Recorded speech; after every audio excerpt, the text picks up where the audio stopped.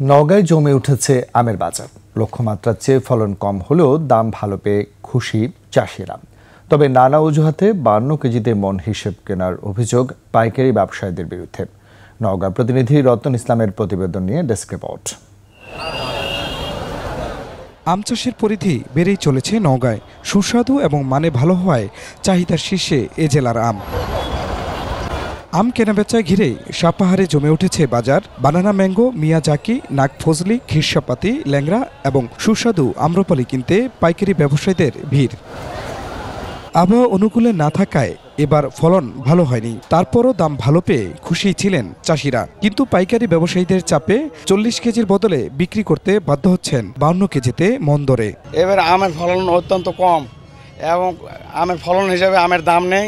আগেও বিক্রি করতাম 2000 টাকা মন, এখনো বিক্রি করতেছি আমরা 2000 টাকা মন। প্রবলেমটা হচ্ছে যে 52 কেজি তারা মন নেবে। তবে ব্যবসায়ীদের দাবি, ক্যারেটের ওজন, বাছাই এবং পরিবহনে অনেক আম নষ্ট হয়ে যায়। তাই মনে 52 কেজি না ধরলে গুনতে হয় লোকসান। যদি আমরা 48 কেজিতে মন নেই, আমরা যে সাইজের মালটা দেখে কিনবো, আমরা ওই সাইজেরই মাল বেছে বেছে নেব। তাহলে কৃষকেরও লস, আমাদেরও সময় নষ্ট। এছাড়া আমরা সময় নষ্ট করি না, আমরা 52 কেজিতে একটু মাল ধরে নিয়ে আমরা ঢেলে দিই। বাজার ঠিক রাখতে মনিটরিং করছে জেলা প্রশাসন। আমার কাছে যে অভিযোগ নাই, যদি আসে আমি এখনই জনকে বলে দিচ্ছি, এটা মোবাইল কোড করে শাস্তির আওতায় আমরা নিয়ে আসবো। চলতি মৌসুমে জেলায় 30,300 হেক্টর জমিতে আম চাষে উৎপাদনের লক্ষ্যমাত্রা ধরা হয়েছে 4.5 লাখ মেট্রিক টন।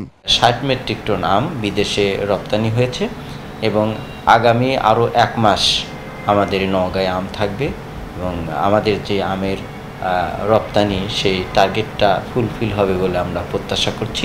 এরই মধ্যে 60% আম সংগ্রহ হয়েছে বলেও জানায় কৃষি বিভাগ।